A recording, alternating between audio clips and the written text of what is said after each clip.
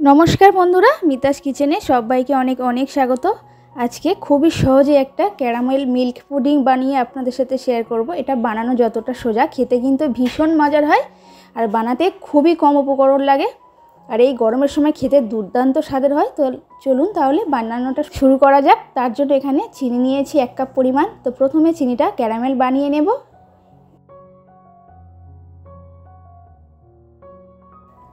तो सामान्य परिमाणे जल दिए दिएछि,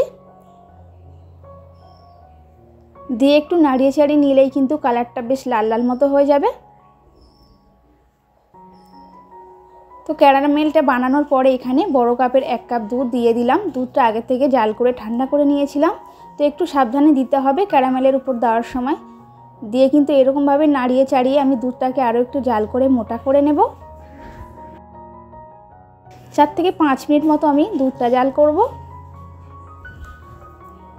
तो दूधटा जाल करे निये एकटू लो फ्लेमे दिए दिएछि। दिए दिচ্ছি 1 চামচ एखाने आगार आगार पाउडार। এই आगार आगार पाउडारটা কিন্তু যে কোনো শপিং মলে পাওয়া যাবে।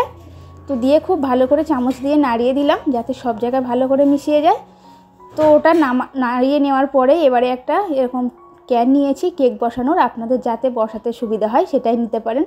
तो ক্যানের মধ্যে দিয়ে আমি 3 থেকে 4 ঘন্টা মতো নরমাল ফ্রিজে রেখে দিয়েছিলাম।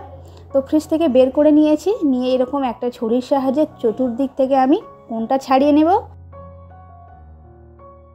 তো কোণটা ছাড়িয়ে নেওয়ার পরে একটা প্লেট এইরকম ভাবে উপর করে পুডিংটা আমি বের করে নিচ্ছি। আর পুডিং বের করা কিন্তু খুবই সোজা, একটু ট্যাপ করে দিলেই পড়ে যাবে।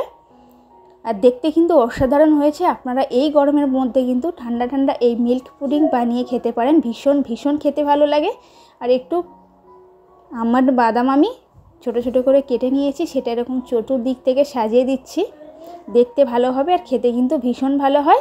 প্রত্যেকে একটা চেরি দিয়ে দিয়েছি। তো আপনারা যদি এই পুডিংটা বানিয়ে নিতে পারেন এই গরমের সময় খেতে ভীষণ ভালো হয়। তো একটু আপনাদের কেটে দেখাচ্ছি কতটা সুন্দরভাবে জমেছে পুডিংটা।